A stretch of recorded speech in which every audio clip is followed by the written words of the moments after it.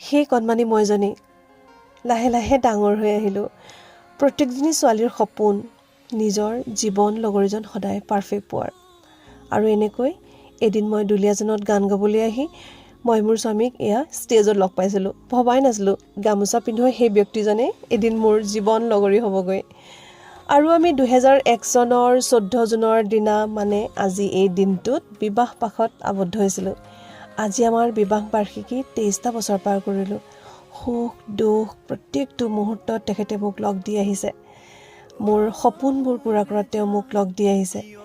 ধন্যবাদ জনাইছোঁ মই মোৰ স্বামীক আজি ইয়াৰ পৰাই। আৰু এনেকৈ আমি দুটি সন্তানৰ মাতৃ আৰু পিতৃ হ'লোগৈ। আজি মোৰ ল'ৰা ছোৱালী মোলৈ ছাৰপ্ৰাইজ ৰাখিছে। এয়া চাওকচোন, এটা কেক। তেখেতে টোপনিত আছে, উঠাই আনি এই কেকটো কাটিবলৈ তেখেতক লৈ আনিছোঁ।